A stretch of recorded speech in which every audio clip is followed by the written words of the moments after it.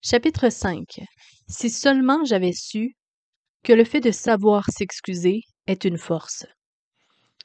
Dans un de ses derniers films, 100 $ pour un shérif de John Wayne, affirme que les vrais hommes ne s'excusent pas.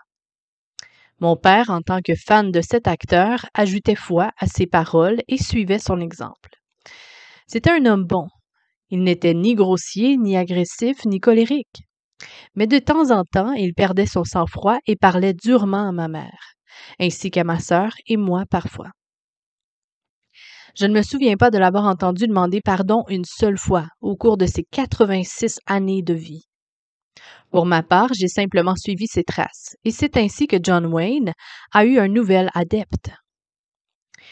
Je n'ai pas pris sciemment la décision de ne jamais m'excuser, mais le fait est que l'idée de demander pardon ne m'est jamais venue à l'esprit. Avant le mariage, je ne pouvais pas imaginer que je ferais ou dirais un jour quelque chose à mon épouse qui nécessiterait des excuses. Car je l'aimais. Je voulais la rendre vraiment heureuse et j'étais sûre que c'était aussi ce qu'elle désirait pour moi. Cependant, après le mariage, j'ai découvert en moi un côté que je ne connaissais pas. Je me suis rendu compte que je trouvais stupides certaines de ses idées. Et je ne me gênais pas pour lui dire « Caroline, réfléchis ». Ce n'est tout simplement pas logique. Mes paroles provoquaient chez elle une vive réaction, et le ton montait rapidement entre nous. Après de tels épisodes, nous nous enfermions dans le silence et nous ne nous adressions plus la parole pendant des heures, voire des jours. Puis, un bout d'un moment, je mettais un terme à ce silence et recommençais à parler comme si de rien n'était. Nous passions alors quelques journées ou quelques mois tranquilles avant que le ton ne monte à nouveau. Je n'en étais pas conscient à l'époque, mais aujourd'hui, avec le recul, cela m'apparaît clairement. En réalité, je produisais simplement le comportement de mon père, et je ne demandais jamais pardon. Et en mon fort intérieur, je rejetais la faute sur ma femme. Inutile de préciser que durant les premières années, notre vie de couple n'a pas été brillante. Peu après notre mariage, j'ai commencé des études de théologie. Dans ce contexte, je me suis rendu compte que la Bible avait beaucoup à dire sur la confession et la repentance. La confession consiste à reconnaître que nous avons mal fait, et la repentance consiste à nous détourner sciemment du mal pour faire ce qui est juste. Et je rajouterai sans retour en arrière. Ces paroles claires et courageuses de l'apôtre Jean m'ont touché. En 1 Jean 1, versets 8 à 9, il est écrit « Si nous disons que nous n'avons pas de péché, nous nous trompons nous-mêmes, et la vérité n'est pas en nous. Si nous reconnaissons nos péchés, il est fidèle et juste pour nous les pardonner et pour nous purifier de tout mal. » J'ai compris que je m'étais en effet trompée moi-même. La preuve, j'avais rejeté la faute sur Caroline pour mes propres accès de colère. J'ai trouvé alors un grand réconfort en confessant mes péchés à Dieu. Pour être vraiment honnête, il m'a été beaucoup plus facile d'arriver à reconnaître mes manquements devant Caroline. Cependant, au cours des mois qui ont suivi, j'ai appris à m'excuser auprès de mon épouse et je me suis rendu compte qu'elle était tout à fait prête à pardonner. Ensuite, elle a aussi appris à s'excuser et je lui ai accordé mon pardon. Après avoir consacré ma vie à conseiller des couples, je peux affirmer avec certitude qu'il n'y a pas de mariage équilibré et sain, sans excuses et sans pardon. Car c'est une réalité. Nous sommes des êtres humains et en tant que tels, nous faisons et disons parfois des choses qui font de la peine aux autres. Des paroles et des comportements dépourvus d'amour dressent des barrières entre les personnes. Et ces barrières ne disparaissent pas avec le temps. Elles ne tombent que si l'offenseur demande pardon et que l'offensé choisit de pardonner. Il y a quelques années, en collaboration avec la conseillère conjugale Jennifer Thomas, j'ai fait des recherches approfondies sur l'art de s'excuser. Nous avons posé 2 questions à un échantillon de plusieurs centaines de personnes. La première question, quand vous vous excusez, qu'avez-vous l'habitude de dire ou de faire? Et la seconde question, quand quelqu'un vous demande pardon, qu'espérez-vous qu'il vous dise ou qu'il fasse? Nous avons ensuite classé leurs réponses selon 5 catégories, que nous avons appelées les 5 langages pour s'excuser. Il est ressorti clairement de cette étude que ce qui correspond à des excuses pour l'un ne correspond pas forcément à des excuses pour l'autre. Et comme nous l'avons constaté, les couples passent souvent à côté du but dans ce domaine. Lui, il dit « Je suis désolé » et elle pense « Je m'en doute ». Mais tu n'as pas autre chose à me dire? Elle attend des excuses. Lui pense qu'il s'est déjà excusé. Là encore, nous apprenons généralement le langage de nos parents. Le petit Jonathan pousse sa sœur Julia dans les escaliers. Sa mère le reprend. « Jonathan, ne pousse pas ta sœur. Dis-lui que tu es désolé. » Il obéit et dit à Julia « Je suis désolé. » Lorsque, à l'âge de 32 ans, il aurait fait de la peine à sa femme, il répétera probablement ces mêmes mots « Je suis désolé. » Il fera ce que sa mère lui aura enseigné et ne comprendra pas que son épouse ne lui pardonne pas volontiers. Mais celle-ci aura été éduquée différemment. Sa mère lui aura appris à dire « J'ai mal agi, je te demande pardon. » Voilà donc ce qu'elle attend de son mari. Pour elle, « Je suis désolée » ne sera pas synonyme de « pardonne-moi ». 5 langages pour s'excuser. Voici un résumé des 5 langages pour s'excuser que nous avons découverts au cours de nos recherches. La première, exprimer des regrets. Le premier langage d'excuse est l'expression des regrets. La plupart du temps, la personne qui l'utilise commence par ces mots « Je suis désolé ». Mais il est important de préciser la raison de nos regrets, car cette formulation employée seule est bien trop générale. Par exemple, nous pourrions dire « Je suis désolé d'être rentré à 1 heure de retard. 1 heure de retard. Je sais que tu m'attendais pour aller au cinéma et je me rends compte qu'on est vraiment en retard et j'imagine que tu n'as pas très envie d'y aller maintenant. Je m'en veux vraiment d'avoir oublié l'heure. Je me suis laissé prendre par le travail au bureau. C'est totalement et complètement de ma faute. J'ai l'impression de t'avoir laissé tomber au bon moment. » Si nous avons perdu notre sang-froid et parlé durement, nous pourrions dire « Je suis désolé de m'être mis en colère et d'avoir crié. Je sais que j'ai prononcé des paroles vraiment blessantes et je t'ai fait mal. » Un mari ne devrait pas parler ainsi à sa femme. J'ai l'impression de t'avoir rabaissé. Et je n'ai pas de peine à imaginer comment je me serais senti si tu m'avais parlé de la même manière. Je regrette vraiment de t'avoir blessé. Ce langage d'excuse est un langage basé sur les sentiments. En l'utilisant, nous cherchons à montrer à l'autre que nous sommes tristes de l'avoir offensé, que ce soit par nos paroles ou par notre comportement.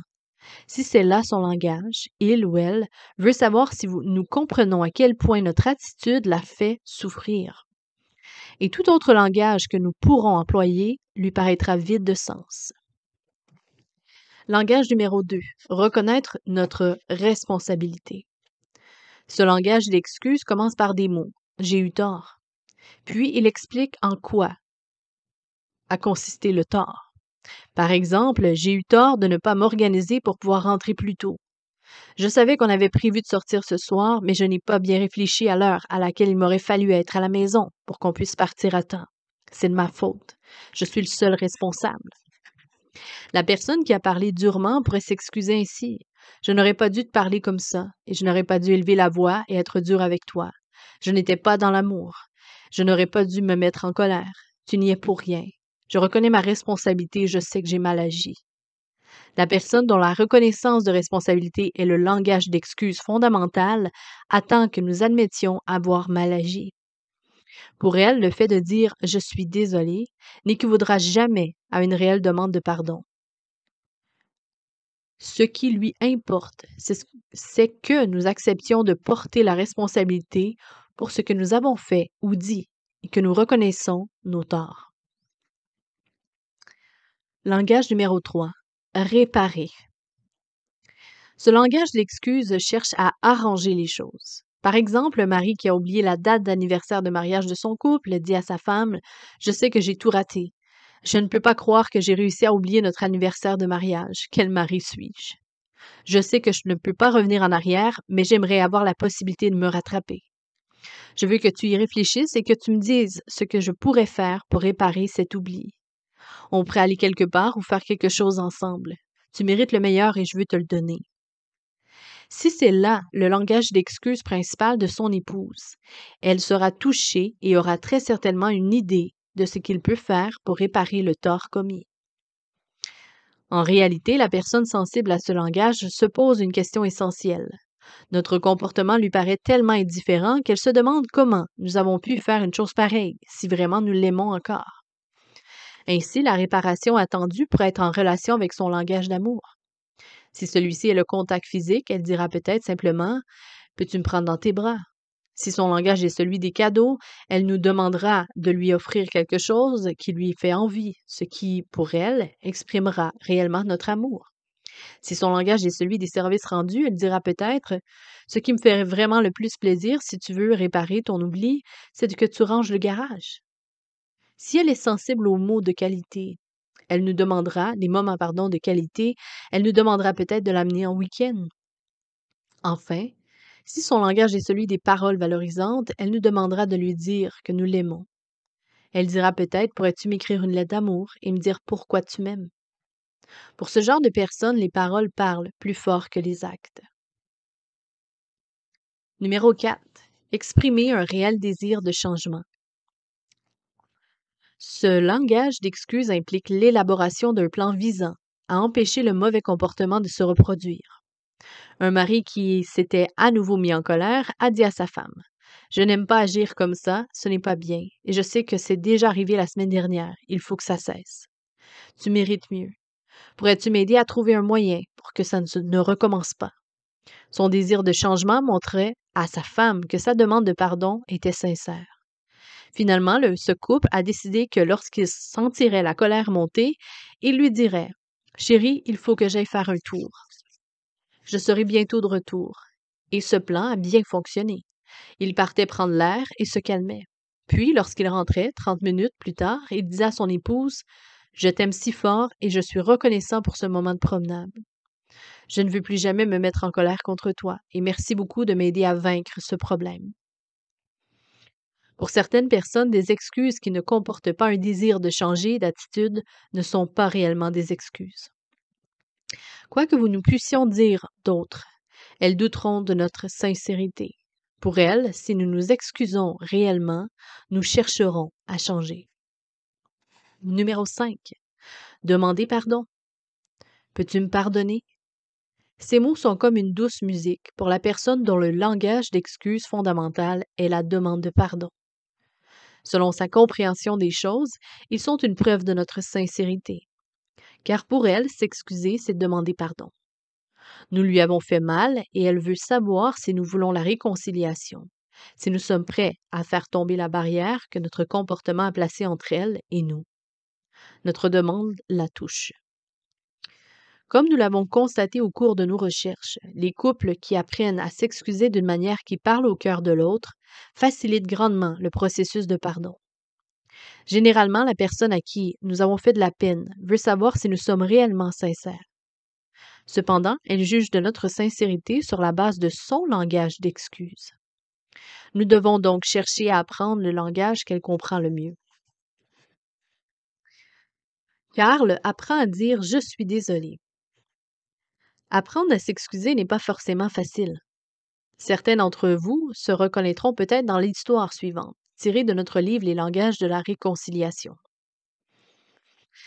Karl songeait au mariage. Il est donc venu à l'une de nos conférences avec sa petite amie Melinda.